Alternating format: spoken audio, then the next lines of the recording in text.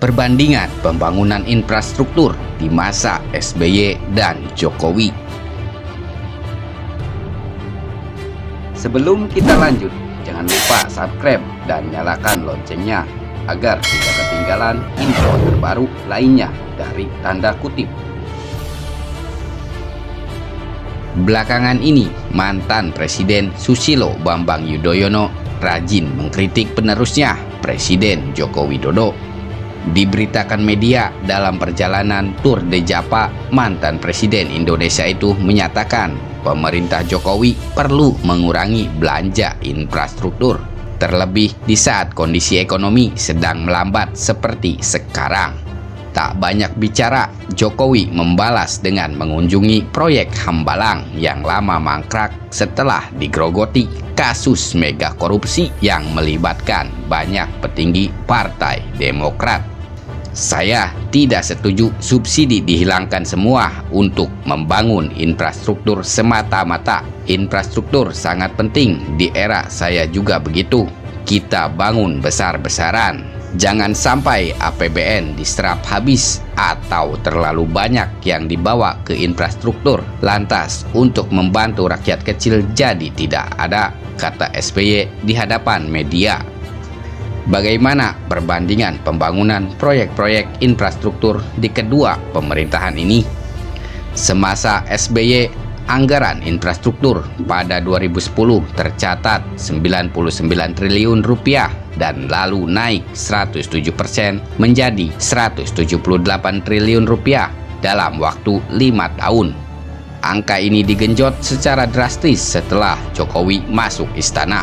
Pada 2015, alokasi anggaran infrastruktur mencapai 290 triliun rupiah atau melonjak 63% dibandingkan di tahun 2014 yang merupakan penghujung pemerintahan SBY.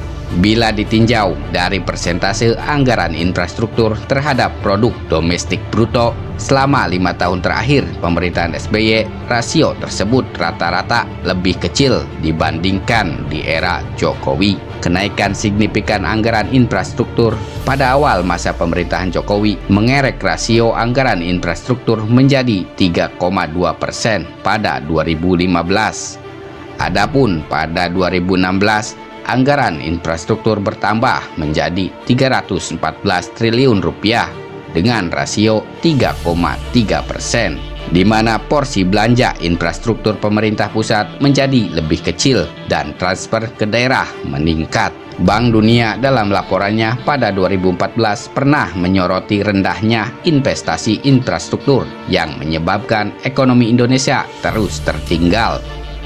Sebelum krisis moneter 1997 sampai 1998, investasi di infrastruktur pernah mencapai 7% dari PDB. Namun beberapa tahun terakhir hanya berada di bawah 5%. Padahal negara tetangga seperti Thailand dan Vietnam memiliki rasio di atas 7%. Apalagi Cina yang investasi infrastrukturnya di atas 10% dari PDB. Bank Dunia bahkan menyatakan pertumbuhan ekonomi Indonesia pada kurun 2001 sampai 2011 bisa lebih tinggi jika saja alokasi anggaran infrastruktur lebih tinggi. Itu anggaran.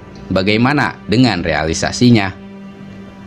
Di era SBY, realisasi anggaran infrastruktur berkisar di atas 80%.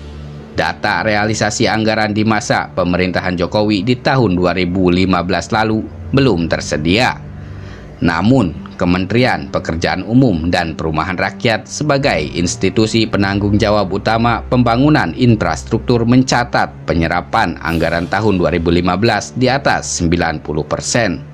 Di awal pemerintahan Jokowi, realisasi anggaran sempat tersendat, yang antara lain disebabkan adanya perubahan nomenklatur kementerian dan konsolidasi pemerintahan baru.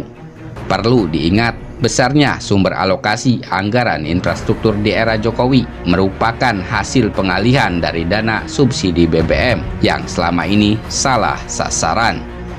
Berdasarkan data Bank Dunia, selama periode pemerintahan SBY pada 2012 sampai 2014, dana subsidi BBM malah terus melonjak di atas 200 triliun rupiah. dan menjadi pos terbesar di APBN di antara pos lain. Sedangkan mulai 2015, kebijakan Jokowi memangkas dana subsidi BBM yang selama ini memberatkan anggaran, menyediakan ruang fiskal bagi penambahan anggaran infrastruktur, pendidikan, dan kesehatan. Namun, patut dicatat bahwa kenaikan anggaran infrastruktur di masa pemerintahan Jokowi ini bukanlah tanpa resiko. Harga komoditas yang masih tertekan ditambah perlambatan ekonomi membuat target penerimaan negara bisa meleset. Pada gilirannya, ini berpotensi memperbesar defisit anggaran dan menambah beban utang negara.